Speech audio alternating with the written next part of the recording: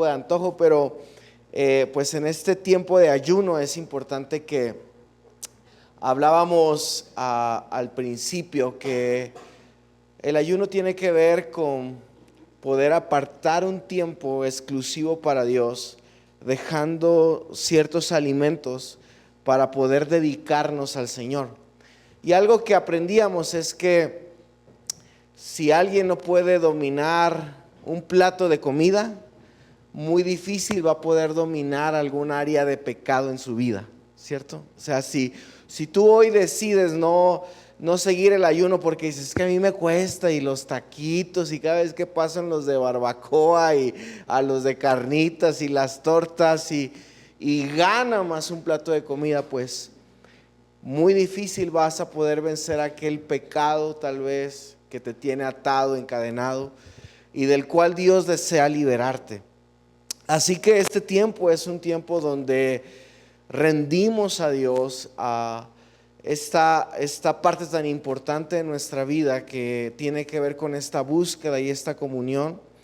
La semana pasada estuvimos hablando de la oración, lo importante que es la oración, y cómo siempre cuando Dios quiere moverse de una manera poderosa en una ciudad, en un lugar, cuando queremos ver la mano de Dios, es importante. A través de la historia bíblica hemos visto cómo el poder de la oración ha transformado naciones, ha transformado vidas, y cómo este poder de la oración es tan importante el día de hoy.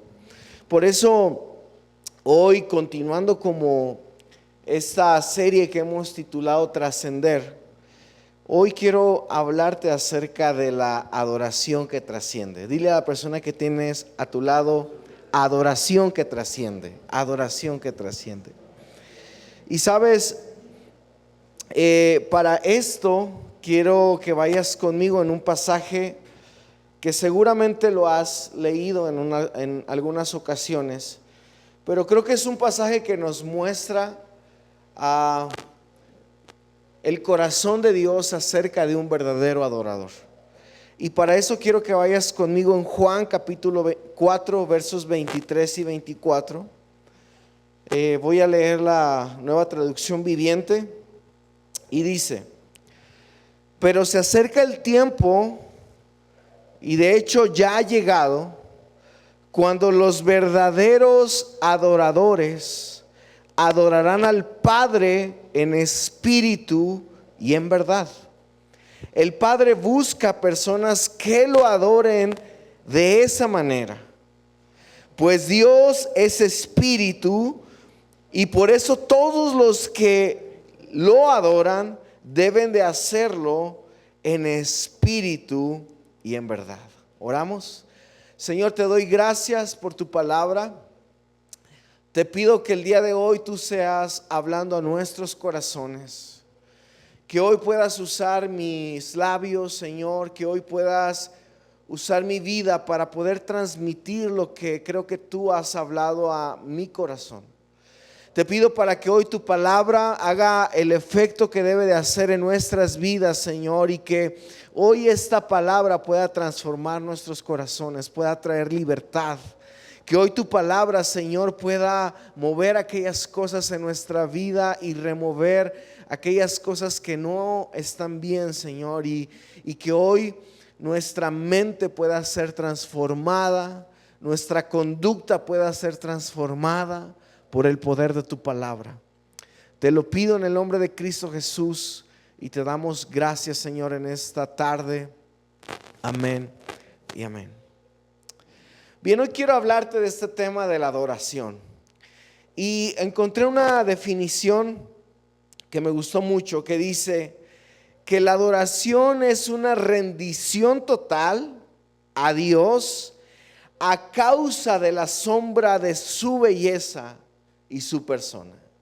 Lo vuelvo a leer. La adoración es una rendición total a Dios a causa del asombro de su belleza y su persona. Y sabes, cuando leemos este pasaje es interesante porque encontramos esta búsqueda de Dios. Yo no sé si cuando tal vez tú eras novio o novia, ¿verdad? Yo recuerdo que cuando yo estaba buscando a mi futura esposa, mi novia, yo escribí, no sé si tú fuiste de esos, pero yo escribí ciertas cualidades que quería de mi futura esposa. No solamente cualidades que tienen que ver con su carácter o su forma de pensar, sino también cualidades externas, ¿verdad? Que tienen que ver con su belleza. Y recuerdo que yo ponía ahí, yo quiero, Señor, que me des una chica güerita, de ojo verde, Señor, más chaparrita que yo. Y empezaba a describirla, a escribir cómo quería que fuera externamente, pero también la manera interna la describía: Señor, que sea una mujer que te ame, que te busque, que seas tú el primer lugar en su vida, que pueda seguir y tener este llamado en el ministerio. Y empezaba a describir la manera en cómo yo quería a mi esposa. Y así es como yo buscaba una mujer, ¿verdad? Mi esposa, de igual manera, cuando yo platicaba con ella, ella me decía, yo también tenía por ahí una lista de cómo quería a mi futuro esposo: blanquito, pelo negro, flaquito al principio, pero que vaya engordando con el tiempo. Ahí está la petición del Señor. Dios está contestando su oración. Y cuando buscábamos una pareja, pues buscábamos ciertas cualidades, ¿cierto? Pero es interesante porque en este pasaje la palabra del Señor nos dice que Dios también está buscando adoradores. Él está buscando también personas que puedan adorarlo. Y la pregunta sería, si Dios está buscando adoradores, ¿cuál sería o cómo sería la lista de las cualidades que esa persona debe de tener para poder adorarlo? Porque si Dios está buscando adoradores que lo puedan buscar, dice la escritura que Dios en esta búsqueda está también buscando que este adorador pueda tener ciertas cualidades. Y este pasaje es interesante porque tal vez en otras ocasiones hemos hablado un poco del contexto de este pasaje, pero para los que no han escuchado esta historia, quisiera contar un poco del contexto. La Biblia nos enseña que Jesús estaba en una región llamada Samaria, ¿verdad? Y en ese lugar había samaritanos. En aquel tiempo los samaritanos y los judíos no se llevaban entre sí. Había una diferencia entre ellos. Constantemente peleaban. El judío se sentía superior al samaritano. Y aunque los samaritanos conocían también la palabra y creían en la ley de Dios, ellos regularmente tomaban solamente ciertas cosas que les gustaba de la palabra y ciertas cosas no. Había ciertas cosas que respetaban y hacían, y había ciertas cosas que decían, esto no nos gusta, y lo hacían a un lado. Ahora, en aquel tiempo la cultura no era muy distinta a la de hoy. Que un hombre estuviera hablando con una mujer en aquel tiempo era mal visto. Incluso hace poco me tocó platicar con un amigo que tuvo la oportunidad de ir a aquellas partes de Asia Menor, en Turquía. Y dice que él fue a un viaje misionero en donde solamente fue él, otro hombre, y eran 8 mujeres las que fueron a este viaje misionero. Y él me decía, sabes, este tiempo he estado orando para que Dios pueda levantar más hombres para ir a predicar en aquel lugar. Porque él se daba cuenta que aunque había mujeres dispuestas a ir a predicar el evangelio en aquel lugar de Turquía, él se daba cuenta que era muy difícil que una mujer pudiera entablar una conversación con un hombre por el tipo de cultura. Dice, entonces hasta el día de hoy los hombres no hablan con otras mujeres. El hombre no le dirige la palabra a una mujer. Y es por eso que es tan difícil hoy en día que una mujer pueda evangelizar a un hombre por estas diferencias culturales. Ahora, quiero que veas esto conmigo. En aquel tiempo esta mujer está platicando a solas con Jesús y tienen una conversación, y donde Jesús había descubierto que la vida de esta mujer no estaba muy bien.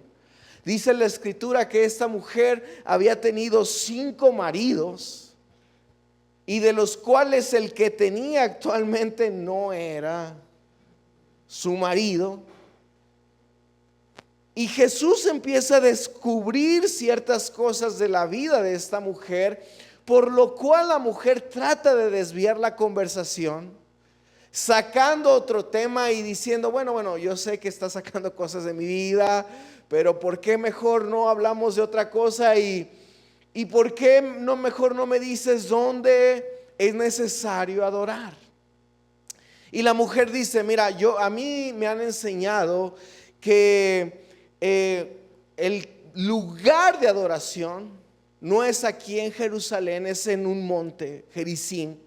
Y en este monte a mí me han enseñado que es allí donde debemos de adorar a Dios. Pero tú que eres judío, tú dime, ¿dónde debemos de adorar a Dios? ¿En aquel monte? ¿O debemos de adorarlo aquí en Jerusalén? Jesús, ante esta pregunta teológica tan profunda, Él de alguna manera cambia el chip. Y gracias a esa pregunta que esta mujer hace, hasta el día de hoy nos puede quedar claro que la adoración no se trata de un lugar. Porque a veces podemos pensar que adorar solamente tiene que ver con el lugar donde estamos. Podemos pensar que la adoración solamente tiene que ver con el venir aquí a la iglesia y con eso yo ya adoré. A lo mejor muchos otros pueden pensar que la adoración es ese momento del servicio que tenemos donde hay música más suave, con un ritmo más lento, y podemos pensar que tenemos aquí en la iglesia momentos de alabanza y de adoración. La alabanza son los ritmos rápidos y la adoración son los ritmos lentos. A veces pensamos que eso es adorar. A veces tal vez, yo no sé cuál sea tu concepto de adoración, pero según la definición que leíamos al principio, la adoración es una rendición total a Dios a causa del asombro de su belleza y de su persona. Es decir, la adoración no se limita a un lugar como esta mujer pensaba que se limitaba. La adoración no se limita a un espacio, a un tiempo, sino la adoración tiene que ver con la persona de quien estamos adorando. De ser impactados por la hermosura de Cristo Jesús. Esta mujer tal vez pensaba que solamente en ciertos lugares podía ir a rendir adoración. Pero Jesús la pone en orden, tratándole de demostrar la manera y a quién estábamos o debemos nosotros adorar. Y sabes, cuando veía esto, me impactaba porque creo que hasta el día de hoy Dios sigue buscando verdaderos adoradores. Y cuando yo veo esto, el por qué para Dios es tan importante buscar adoradores, yo me ponía a orar, a estudiar este pasaje y yo decía, ¿por qué para ti, Dios, es tan importante buscar adoradores? ¿Qué cualidades debe tener un adorador? Y mientras leía la palabra recordaba, yo no sé si tú has leído este pasaje, pero quiero que lo vayas a leer conmigo en Ezequiel capítulo 28, versículo número 12 al 16. Ezequiel 28,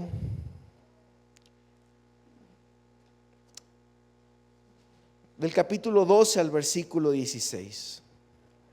Este pasaje, déjame decirte, es una profecía que escribe el profeta Ezequiel. y lo escribe directamente a un rey de esa época llamado el rey Tiro. Ezequiel escribe esta profecía, pero cuando leemos el pasaje nos damos cuenta que aunque esta profecía era directamente para este rey de ese imperio, podemos nosotros observar que dentro de esta profecía que da Ezequiel, o de esta palabra que va dirigida al rey Tiro, hay algo detrás del rey Tiro. Es decir, aunque esta palabra va dirigida hacia él, el profeta empieza a hablar de manera profética precisamente, ya no hablando del rey Tiro, sino hablando de una persona que existió mucho tiempo atrás, llamado Satanás o llamado Lucifer, no sé tú cómo lo conozcas, diablo. Y esta profecía va dirigida a lo que él era o lo que fue desde un principio. Y Ezequiel 28 nos dice: hijo de hombre, entonces entona este canto fúnebre para el rey Tiro. Está hablando Dios al profeta y dice: dale este mensaje de parte del Señor soberano.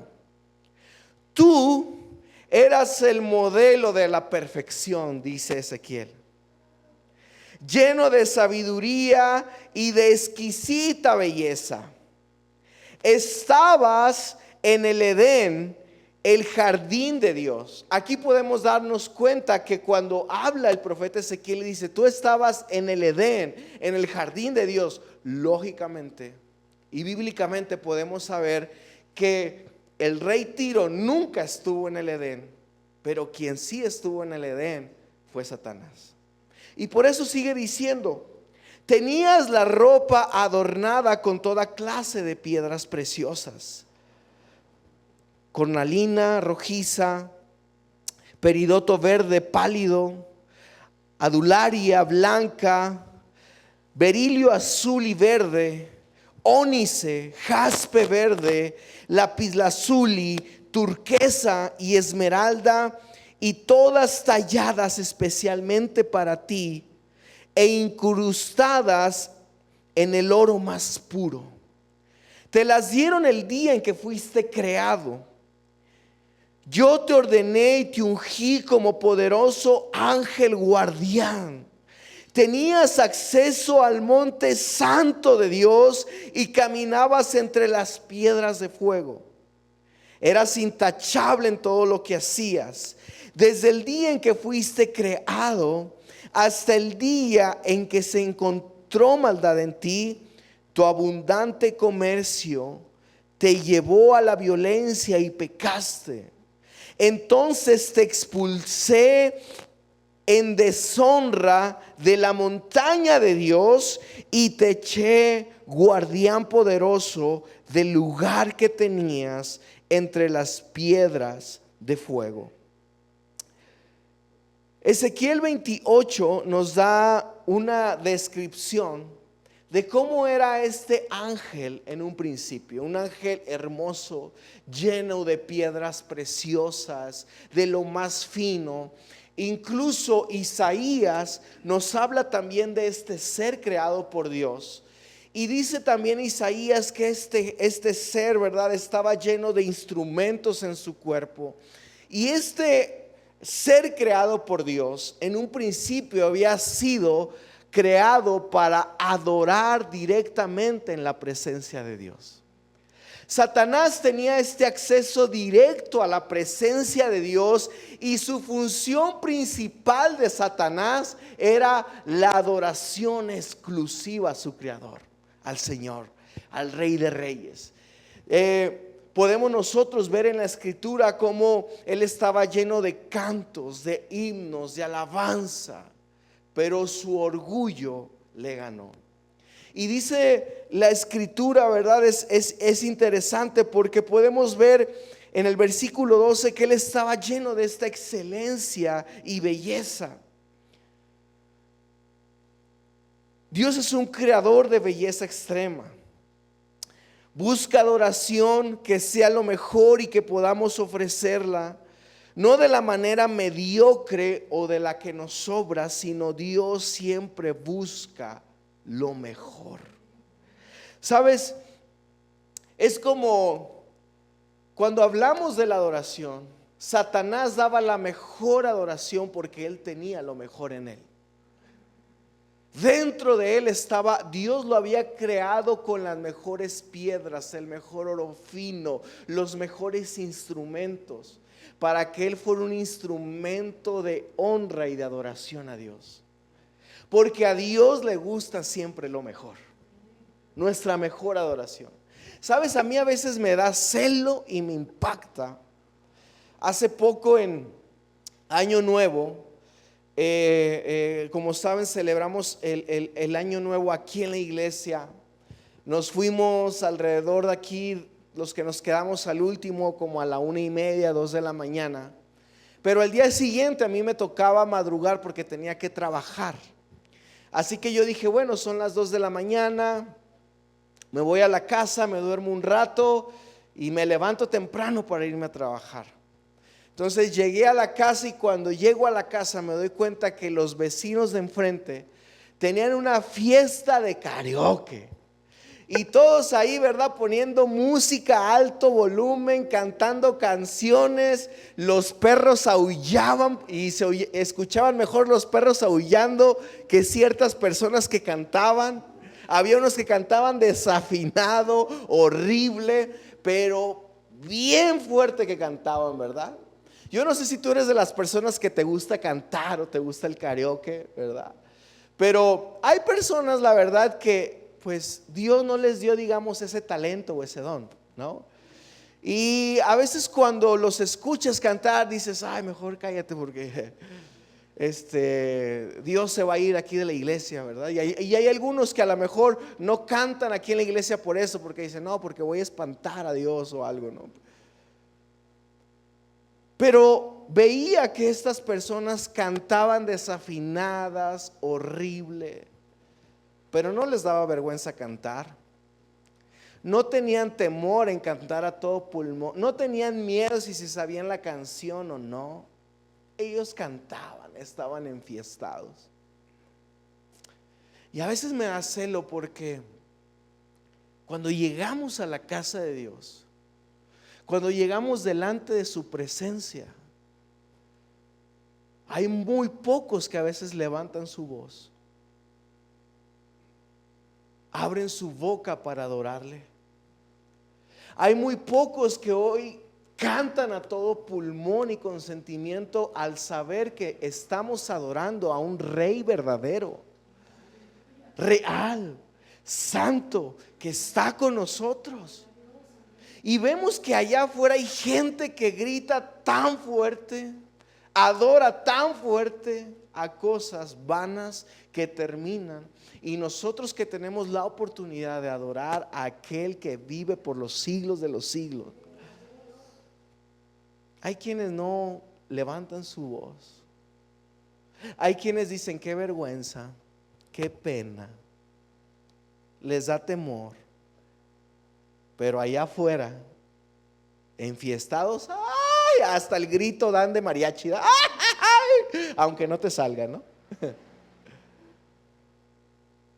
Y vemos que Dios anhela una excelencia de nosotros por adorarle.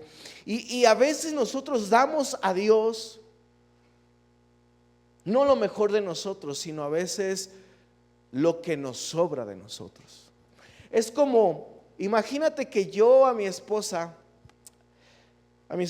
le gusta que le regale flores, ¿verdad? Ya me lo hizo saber porque yo regalaba muy pocas flores, porque yo decía, ¿para qué se les regalo? Se van a marchitar y se hacen feas y mejor le doy algo que le dure, unos chocolates, algo que se coma. Pero flores, yo no era mucho de la idea de flores, ¿verdad? Porque veía cómo se hacían pachichi, se marchitaban. Pero imagínate que un día yo llegara con mi esposa y le dijera, amor, pues te traje este ramo de flores, todas marchitadas y pachichis. Ninguno de nosotros, creo yo, regalaríamos a alguien que amamos algo así, ¿cierto? Si vamos a un funeral, no vamos a llegar con la familia del difunto con una corona toda marchita y pachichi, diciéndole, pues al cabo ya se murió, ni la va a ver. ¿Verdad que no? Siempre buscamos lo mejor, algo que esté fresco, algo que sea nuevo.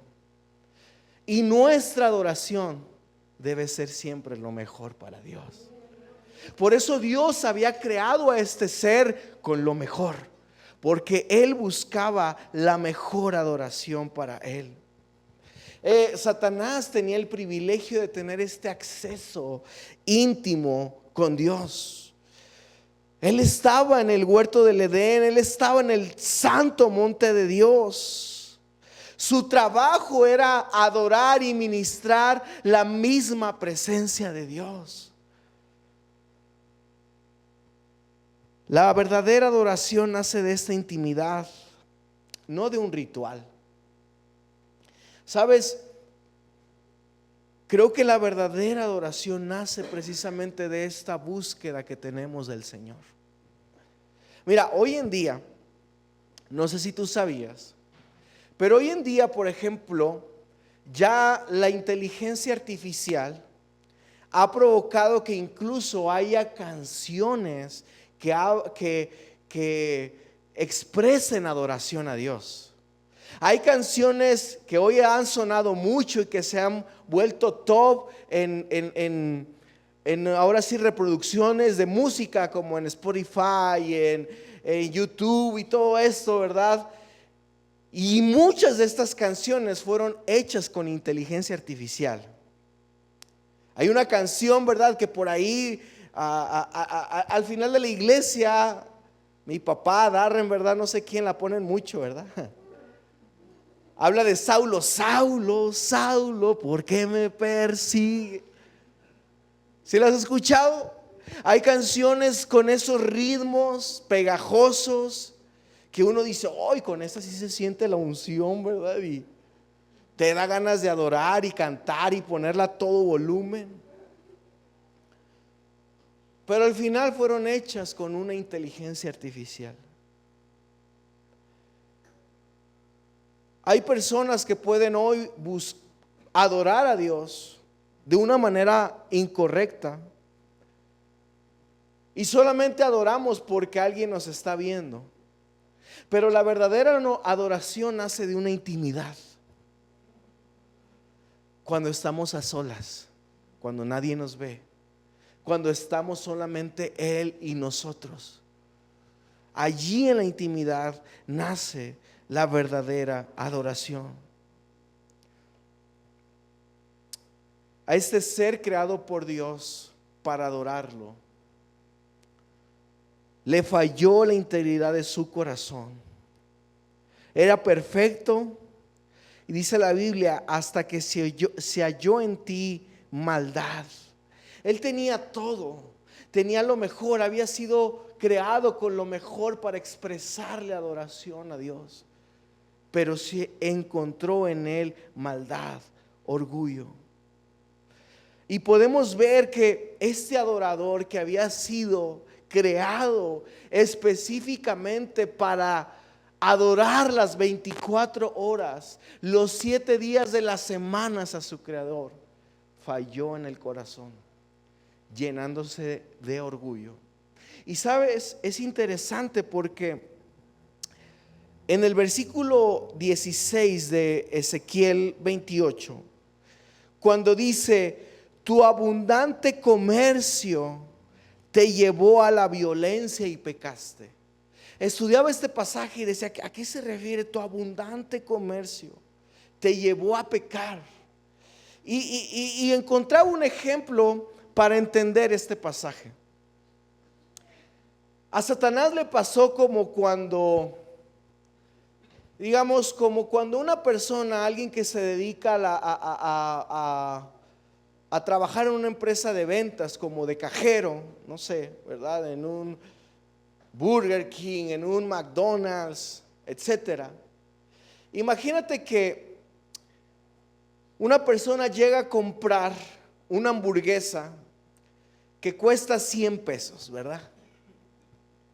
Entonces el cajero que está atendiendo sabe que las hamburguesas en ese establecimiento cuestan 100 pesos. Pero lo que empezó a hacer el cajero es que en vez de dar las hamburguesas en 100 pesos, el cajero le sube 20 pesos y ahora él ofrece la misma hamburguesa que valía 100 pesos, ahora la ofrecen 120 pesos. Esto para que el cajero pueda dar los 100 pesos que es de la empresa, pero él se va quedando con estos 20 pesos de ganancia de cada hamburguesa que vende.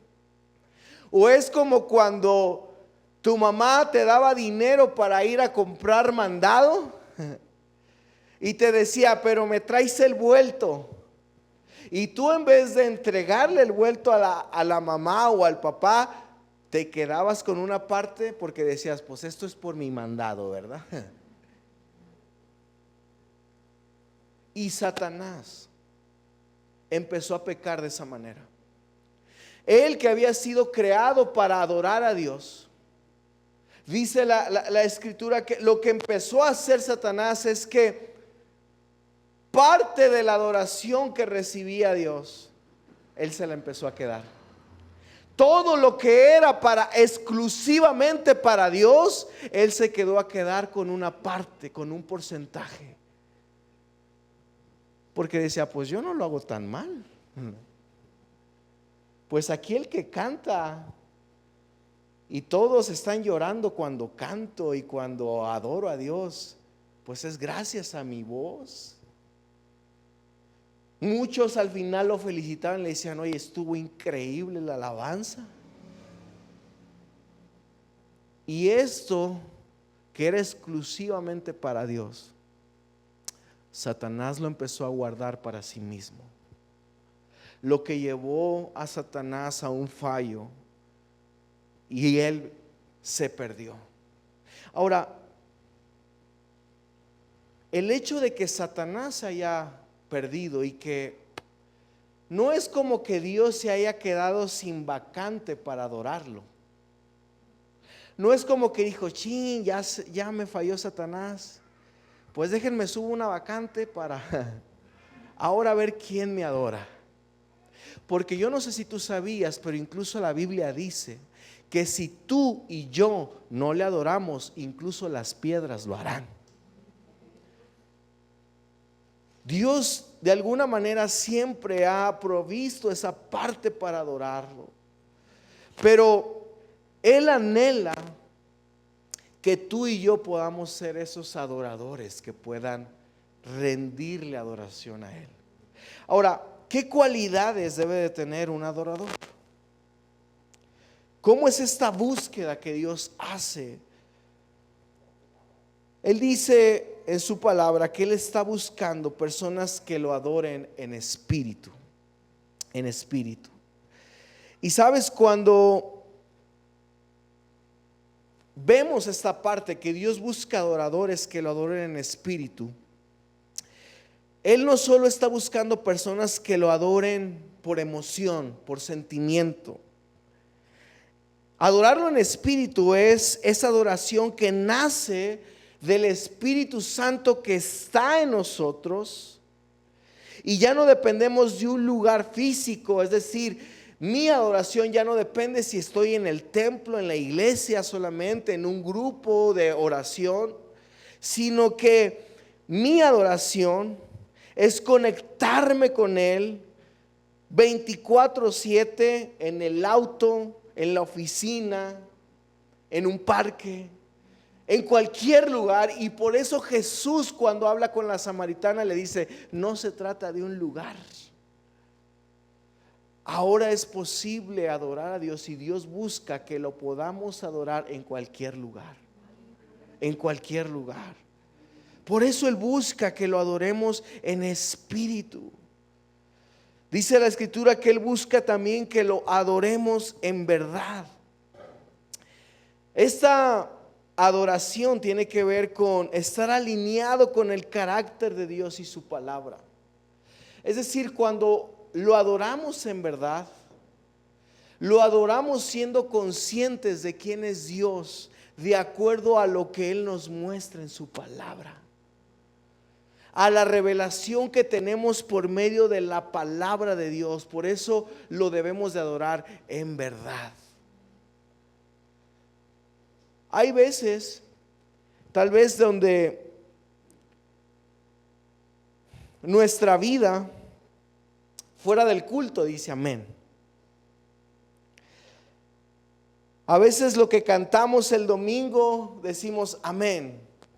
Aquí levantamos nuestras manos, adoramos, nos sentimos santos y está bien, pero a veces cuando salimos de la iglesia y llega el día lunes, tal vez después del domingo, de un momento de adoración extraordinario, en medio del tráfico debe demostrarse nuestra adoración.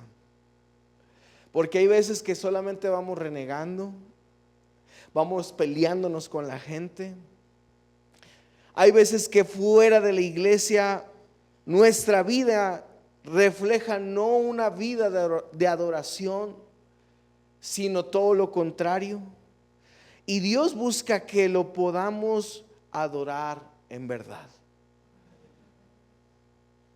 Es decir, que podamos ser congruentes aquí en la iglesia y fuera de la iglesia.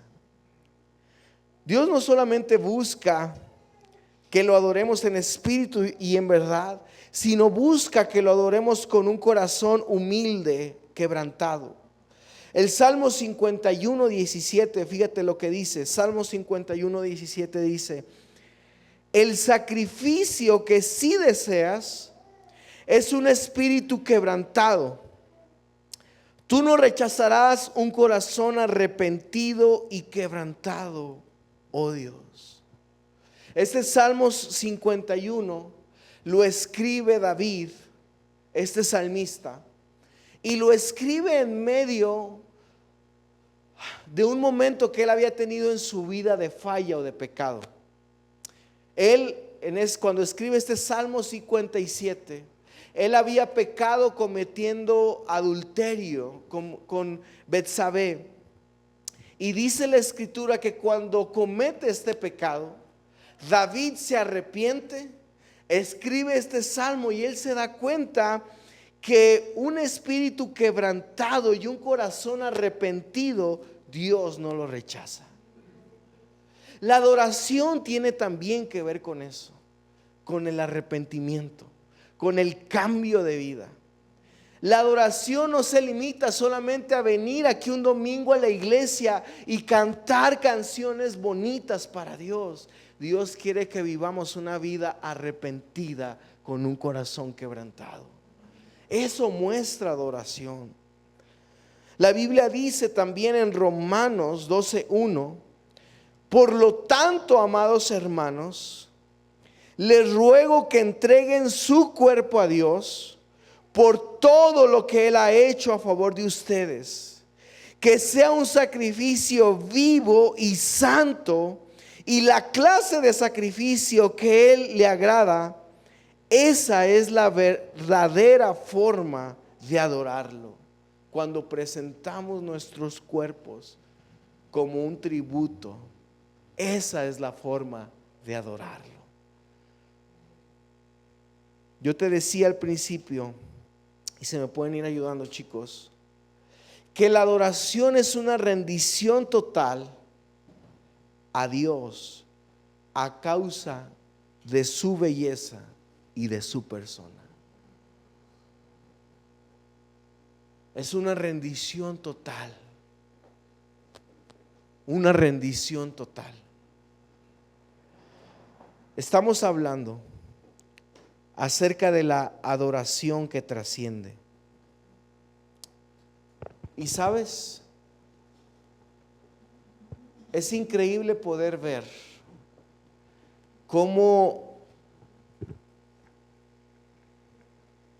Dios había creado un ser para adorarlo por la eternidad, llamado Lucifer. Y Dios creó a este ser para adorarlo todo el tiempo. Este ser creado por Dios falla. Dios lo manda directamente hacia el infierno. Pero podemos ver cómo Dios hizo algo tan trascendente y poderoso, que fue crear al ser humano. Y es increíble cómo dice la Escritura que cuando Dios creó a Satanás, lo creó con piedras finas, con el mejor oro. Pero es interesante cómo ahora el instrumento de adoración que Dios creó, ahora lo creó del polvo, del barro. Y ahora este ser que fuimos nosotros, fuimos creados para adorarlo por la eternidad. Nuestra adoración no se va a limitar aquí a un tiempo, a un momento, sino cuando nosotros estemos delante de su presencia, nuestra adoración será por toda la eternidad. El enemigo, Satanás, su adoración terminó allí. Pero ahora nosotros tenemos la oportunidad de adorarlo. Y nuestra adoración jamás tendrá fin.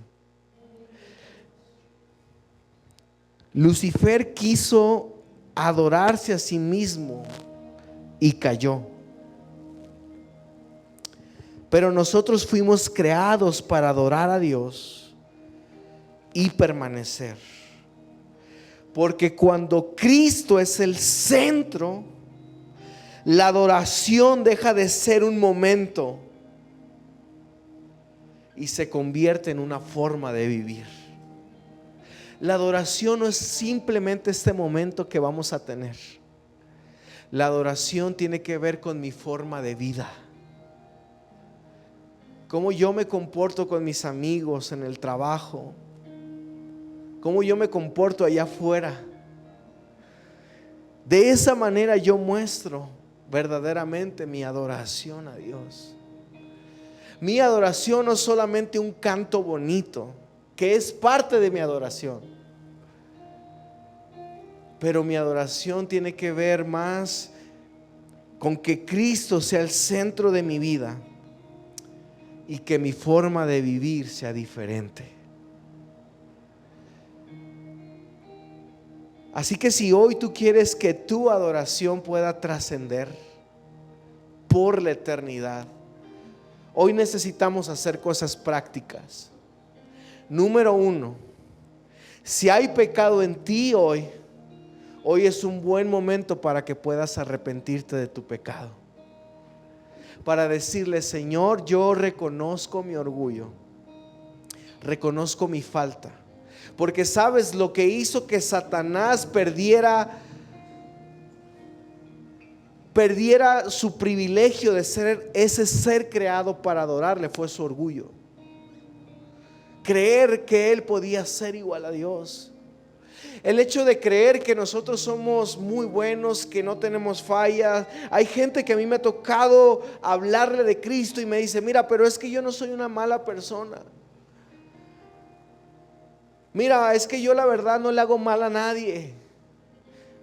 Pero mientras nuestro corazón no haya sido redimido y perdonado por lo que Cristo hizo por nosotros, y mientras en nuestro corazón no haya gratitud por lo que Él hizo en la cruz por nosotros, nuestra vida jamás podrá ser un instrumento de adoración para Él. Así que si hoy tú quieres ser un instrumento de adoración para Dios, número 1, arrepiéntete. Deja hoy tu pecado. Si hoy tú quieres ser un instrumento de adoración para Dios, adóralo en verdad. Ahora, cada vez que yo veo en la Biblia la palabra adoración, la adoración siempre conlleva a una acción, siempre. ¿Recuerdas cuando los magos del oriente fueron a adorar a Jesús cuando nació? Dice que cuando lo vieron al rey, al Mesías, en ese pesebre, dice la Biblia que ellos se postraron y adoraron. Cuando la mujer, aquella mujer que derramó el perfume sobre Jesús, va con Jesús y derrama el perfume sobre él, dice que para adorarlo, esta mujer se postra ante los pies de Cristo. Siempre la adoración conlleva una acción. Mira, hay gente que aquí me puede decir: es que yo no soy muy expresivo, por eso no levanto mis manos, por eso no levanto mi voz. Pero la verdadera adoración siempre nos va a llevar a una acción, a expresarnos. Por más seco que seas, por más que tú digas: es que yo así soy, la adoración siempre te va a llevar a una acción. Siempre. Por eso en estos momentos de adoración nosotros les animamos: levanta tus manos, cierra tus ojos, levanta tu voz, para que nada te pueda interrumpir y tú puedas expresar tu mejor adoración a aquel que hoy está aquí con nosotros. Así que ¿por qué hoy no te pones de pie junto conmigo y